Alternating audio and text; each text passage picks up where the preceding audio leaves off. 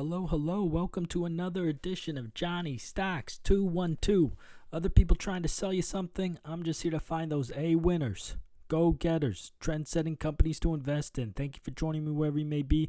We got a great show for you today. We're going to do an update on ORMP.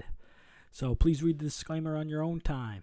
So ORMP, I'm really excited about. If you're new to the channel, I've done videos on them before.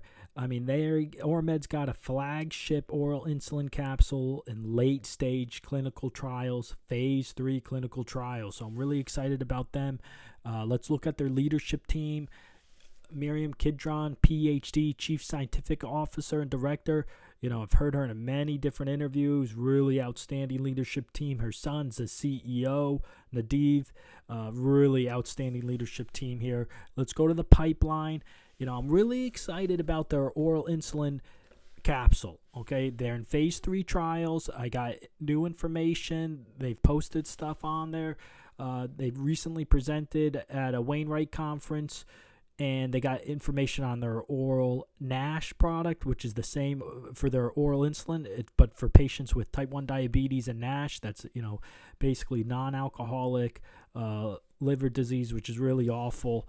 And then they have an oral GLP-1 agonist for type 2 diabetes patients in phase 1 trial. So they got a really good pipeline.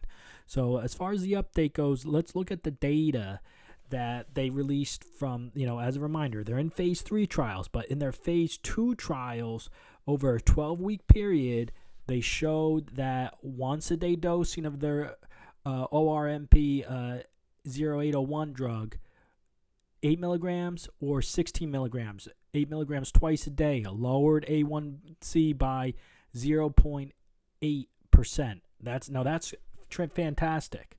Okay, so for what people don't realize is, you want to lower the A1C level. Now, patients with type diabetes usually have, to be diagnosed as someone with type 1 diabetes, your A1C is above 7. It's 8, it's 9, and sometimes it can be 10, 11. It can be quite high. If it's above 10, they're definitely going straight to insulin.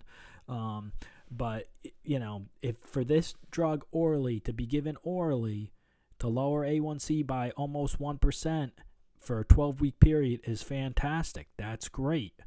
Now, granted, it was statistically significant. It was only a 12-week period, but the p-value, what people don't realize is the p-value has to be lower than 0.05 or it's not going to be statistically significant.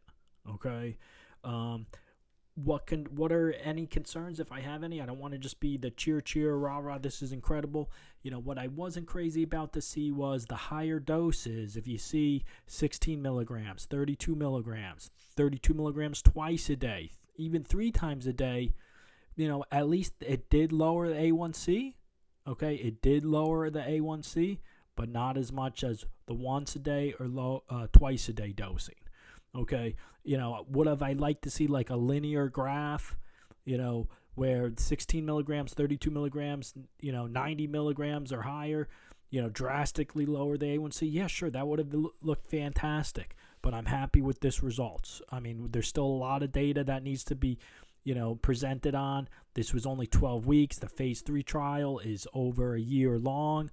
They're already 100% enrolled in one of the arms, so that's incredible. This is still positive news, okay?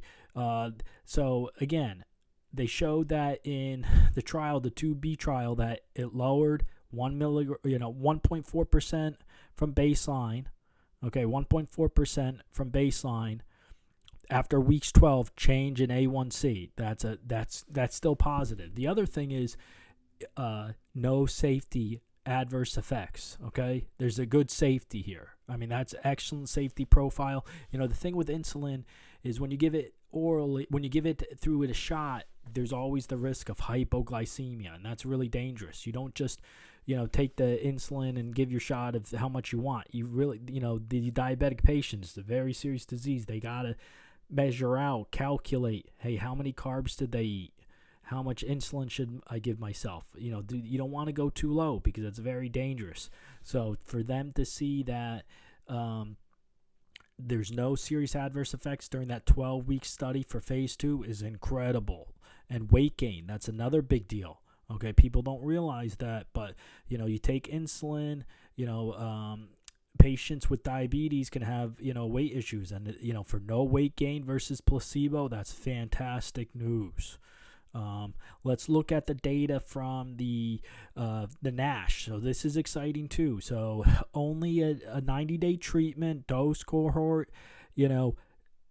The big endpoint, primary endpoints, this is what you got to look at. The primary endpoints is very important. This is what they're looking to prove or disprove.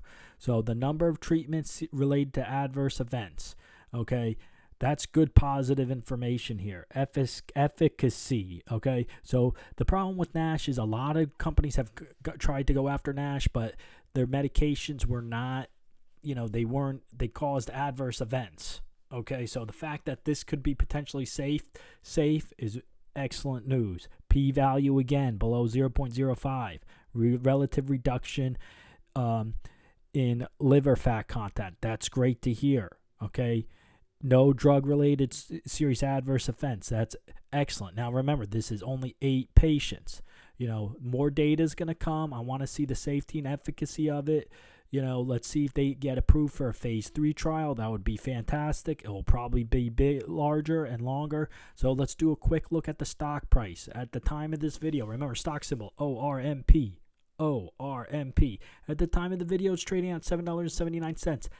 You know what? I still like this stock. I think this is incredible. Will it get hit a little bit with inflation rate goes up, interest rates go up? Yes, it probably could. But you know what? I think that's a buying opportunity. I think if the phase 3 data comes out positive in January, a lot of stuff they're going to report on. The NASH trial, they got the oral GLP-1 agonist, a lot of good stuff that this company is working on. And even if it only lowers A1C by 1%, the drug's going to get approved. If it gets approved in January, this stock could go up to $95, $125. If the data is really good, if it's better than metformin, which is first line for type 2 diabetes, depending on your comorbidity, maybe it's $300 a share. Okay, just saying. Let's see what happens. Let's see what the data results show. I'm still a long-term believer. I probably will pick up some more shares because I think it may get hammered with interest rates. Some of these companies will get hammered because interest rates goes up. The Fed raises interest rates. Stock market's going to go down. Great buying opportunity. But I do think long-term, let's see what happens. I'm going to continue to monitor this company. I think there's a lot of good data that they could be presenting on with their clinical phase trials going on. And as always, if you enjoyed this video, that's all the time we have. Please make sure you hit the subscribe button. Really helps the channel grow. And as always, I hope you have a wonderful day.